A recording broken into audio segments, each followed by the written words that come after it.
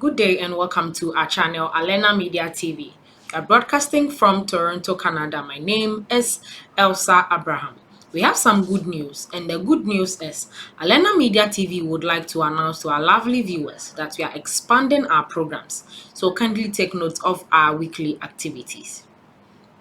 On Mondays, we'll report on COVID-19. Tuesdays are African history. Wednesday, world news. Thursdays, African news. Fridays are history.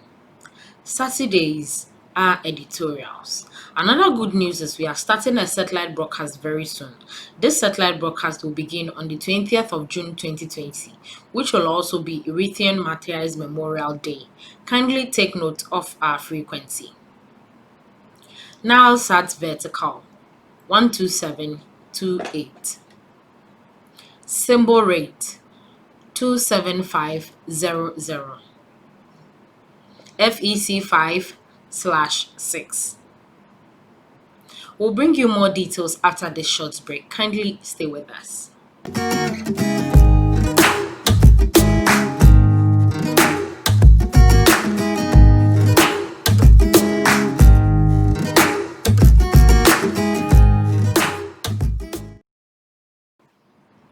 Now let's go for our headlines today.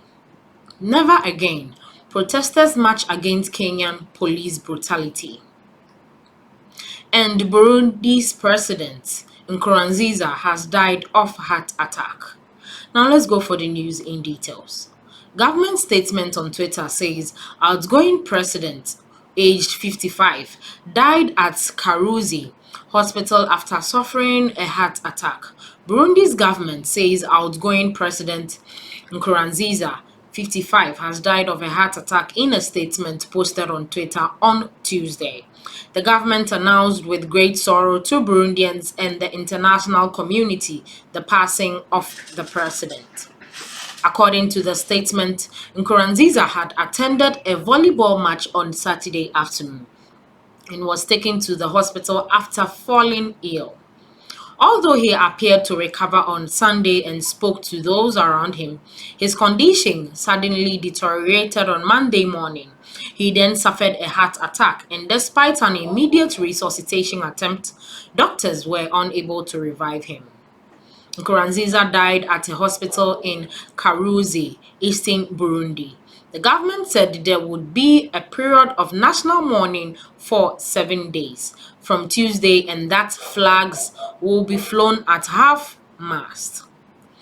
Al Jazeera's Malcolm Webb, reporting from Kenya's capital, Nairobi, said the government stated cause of death had been met with skepticism among some Burundians on social media and elsewhere. About 10 days ago, Denise Nkurunziza, the First Lady of Burundi, flew to Nairobi seeking medical treatment for a reason that officially was undisclosed, but a lot of the local press here reported that she was suffering from COVID-19, he said. So now there's going to be a cause of a lot of speculation and guessing from Burundians from the diaspora about this claim that the president had a heart attack. Last month, Burundi expelled the representative of the World Health Organization amid criticisms of the government's handling of the coronavirus pandemic. It has carried out very few coronavirus tests and held large rallies in the lead up to the country's May 20 election. In power since 2005, Nkurunziza was due to be replaced in August by political ally Evariste Ndayishimiye, who was declared earlier this month the winner of the vote. He leaves us a legacy that we'll never forget, and he will continue his high-quality work that he has done for our country, Burundi, Ndayishimiye said in a Twitter post. Nkurunziza was chosen to lead the country following a 1993 to 2005 civil war that killed about 300,000 people. He and Ndayishimiye fought alongside each other as rebels in the conflict. The peace process, known as the Arusha Accords, specified that a president's term can be renewed only once. But Nkurunziza, who won a second term in 2010, announced he was eligible for a third term in 2015 because he had not been chosen the first time by universal suffrage. The deadly turmoil that followed badly damaged ties with the international community, and Burundi became the first country to leave the International Criminal Court after it started investigating allegations of state-sponsored crimes including murder, rape, and torture. The United Nations Human Rights Office reported more than 300 extrajudicial killings and was later kicked out of the country after outgoing UN chiefs Zaid al-Hussein called Burundi one of the most prolific slaughterhouses of humans in recent times. Burundi's government has denied allegations it targets its people, calling them malicious propaganda by dissidents. As I learned of the passing of Nkurunziza, I think of the thousands of lives that his regime cut short, the families that won't see justice. Uwam Horo, a democracy activist and prominent government critic who lives in exile, wrote on Twitter. Nkurunziza suffered a coup attack shortly after the 2015 vote. International donors cut support, leaving the government struggling.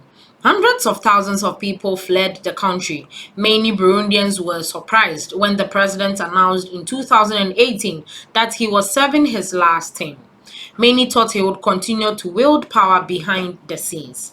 The opposition leader who lost the May election, Agathon Rasa, said his supporters were harassed ahead of the vote and arrested by the scores on election day. His court challenge to the vote alleging fraud was rejected. The government had approved legislation meant to bestow upon Nkurunziza the title of paramount leader once he stepped down.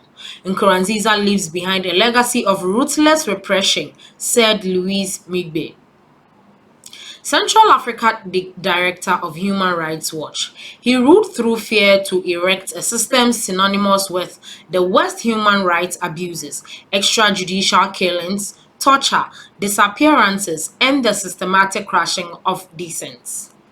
Burundi must investigate the crimes, Mugbe said.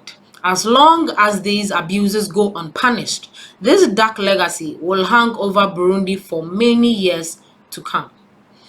Moving straight to our next story for the day, rally in Nairobi comes after watchdogs said police officers were involved in killing 15 people since coronavirus curfew in March. Protesters in Kenya's capital, Nairobi, have staged a demonstration against police brutality, demanding justice for the victims of extrajudicial killings. The rally came on days after a police watchdog said officers were involved in the killing of at least 15 people since authorities imposed a coronavirus curfew in late March. The crowd of some 200 demonstrators in Mathare, a densely populated settlement in Nairobi, was composed mostly of young people and mothers who carried signs with the names of friends, neighbors, and sons killed in police operations in recent years. Others held placards reading slogans such as "Our life is priceless," "Save our future," and "Never again." I am here to protest for our youth who have died in the hands of the police without any wrongdoings, and we are saying enough is enough.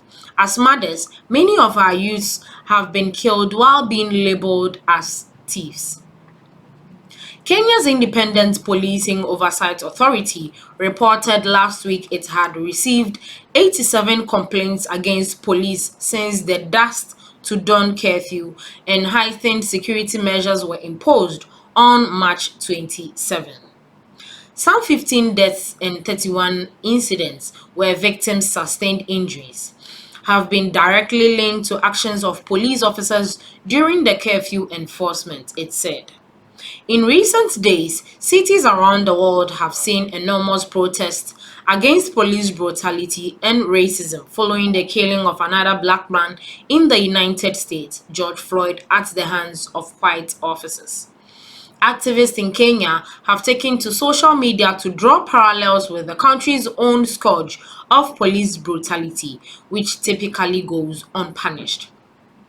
Finally, our voice is being heard. We are in slums, but the whole world will hear our cries, just like they heard George Floyd protester. Kenya's police force is often accused by rights groups of using excessive force and carrying out unlawful killings, especially in poor neighborhoods. In April, Human Rights Watch accused the police of imposing the curfew in a chaotic and violent manner from the start, sometimes whipping, kicking, and tear gassing people to force them off the streets. It describes a case of a 13-year-old Yasin Hussein Moyo who died in the capital, Nairobi, on March 31st after being shot while standing in his balcony as police forced people into their homes on the streets below. In others, a tomato seller died in western Kakamega after being hit by a tear gas canister, while 4 men were beaten to death in different parts of the country. It is shocking that people are losing their lives and livelihood while supposedly being protected from infection. People holding placards during the demonstration against police killings and brutality in Matahari. In February, reports detailing the killings of at least 8 people in Nairobi's low-income neighborhoods, said police, continue to kill crime suspects and protesters in cold blood despite persistent calls to end the killings and the use of excessive force. Minister of Interior Fred Matiang'i on Friday criticized police excesses but took exception to painting the entire service with the same brush, his office said in a statement. On Thursday, the IPOA announced 6 police officers will be arrested and prosecuted, one for Moyo's death, another for shooting dead a secondary school teacher while responding to a burglary at a market in Western Siaya, and 4 others for seriously assaulting a man during an arrest. In early April, President Uhuru Kenyatta apologized to the violence following the enforcement of the curfew. I want to apologize to all Kenyans for some excesses that were conducted, he said at the time. But I want to assure you that if we work together, if we all understand that this problem needs all of us, and if we pull in the same direction, we will overcome. To date, Kenya has confirmed 2,872 coronavirus cases reported and 85 related deaths. This is where we end our news for today. Please like, subscribe, share. Don't forget to put down your comments. Let us know your thoughts on this particular episode. Thanks for watching.